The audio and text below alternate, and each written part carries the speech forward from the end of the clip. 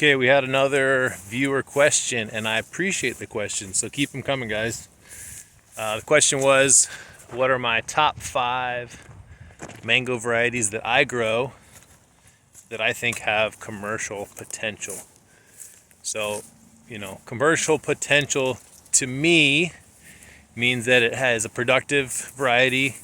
It's consistent in terms of it producing generally every year, and the fruit being pretty clean, and obviously it has to taste good.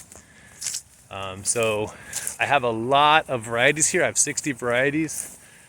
I like most of them. I freaking love probably a third of them.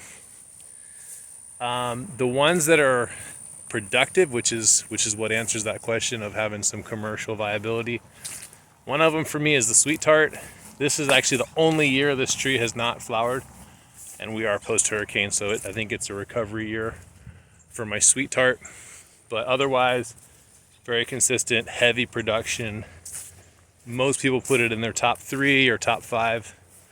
The next one is the peach cobbler. Produces heavy every single year, for me anyway, guaranteed. Keep in mind, I have one of that tree and one of that tree, so you're getting a small sample, but you're getting my sample, so I'm giving you my experience and my advice. Chocanon is definitely productive enough. I don't think it's a good enough mango that I would want to grow it and sell it for a living, but it is absolutely productive, and it is a clean fruit. So I've given you 2. Third one's on the far corner. That one's the Seacrest. I've mentioned it before. Again, very productive, consistent, really good fruit.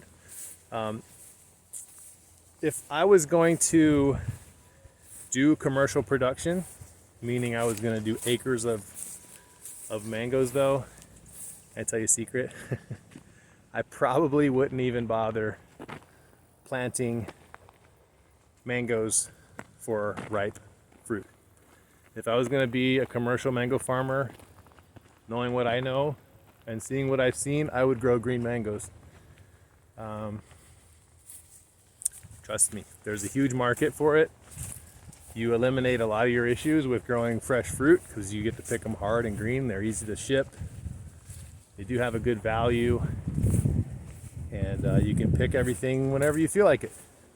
So put that in your pipe and smoke it. Tell me, that's something to think about if you're going to do something commercial.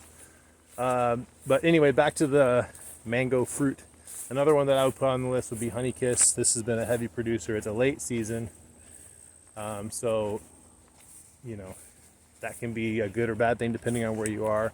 A lot of people that are in cooler climates do better with later season varieties, just because it'll flower late. So after a cold front, you still have a chance of setting some flowers without getting them damaged. That would be, that's 4 of them. Believe it or not, lemon zest is really consistent for me. I've heard other reports that they're not productive. That has not been the case. This is the second property that I've grown lemon zest on, and for me here in Southwest Florida, it has been a consistent powerhouse producer. And no, I've never met someone that's tried that mango that didn't like it. So the ones that I put on the list: sweet tart, peach cobbler, Seacrest, Honeykiss, lemon zest. I think that's going to be my top 5 for right now, keeping in mind that some of my trees are still young and I'm evaluating them. So this is my current 2023 pick. Take it for what it's worth.